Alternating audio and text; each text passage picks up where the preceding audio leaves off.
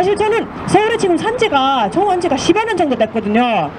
근데 10여 년 살면서 항상 느끼는 게 뭐냐면 핀란드 잠깐 갔다가 한국에 오면 한국에 살면서는 모르는데 비행기 딱 내리자마자 공기가 진짜 안 좋다는 거 많이 느끼거든요. 네, 많이 느끼는데 근데 그렇다고 해서 핀란드도 전국은 아니에요.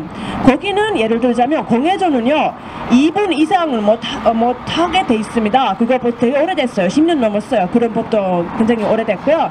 그리고 왠지 뭐 핀란드는 그냥 자연밖에 없다, 정말 깨끗한 나라다 이렇게 생각을 하기 쉬우시겠지만 그래도 거기도 지적적인 노력 없이는 그거 유지가 안 되거든요. 거기도 그 수도권에 헬싱키에 대중교통을 이용하라고 그렇게 독진하는 그런 정책들을 많이 하고 있고요. 예를 들자면 대중교통은 최대한 좀 이렇게 여기보다는 더 저렴하거든요.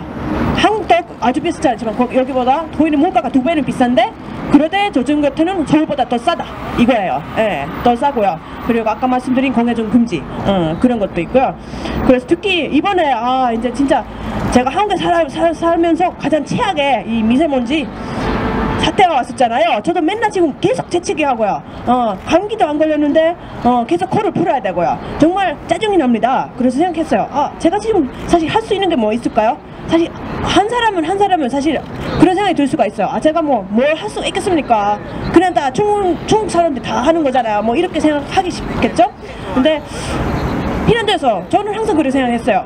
제가 지금 오늘 하는 이 작은 일은 아주 뭐 함부로 그냥 뭐 해결이 안 될 수가 있지만 저처럼 한 1000만 명, 2000만 명 같이 똑같은 일을 하면 그런 의미가 있거든요.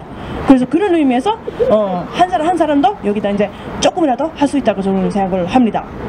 하여튼 여러분도 그래서 여기 제가 볼 때는 한 가지만 더 말씀드리고 싶은 거 있어요. 우리 엄마 아빠도요 한국에 오면서 진짜 다 좋았대요. 정말 다 좋았는데 교통만 너무 힘들대요. 항상 택시 타면 아니면 뭐 타면 너무 오래 걸리고요. 그래서 항상 버스나 전철로 항상 모시고 그렇게 다녔습니다. 그래서 엄마 아빠도 왜 사람들이 이거 이렇게 편한데 왜 굳이 이거 차도 밀리면서 차를 타고 다니고 있는 걸까 그렇게 의아해 하셨어요.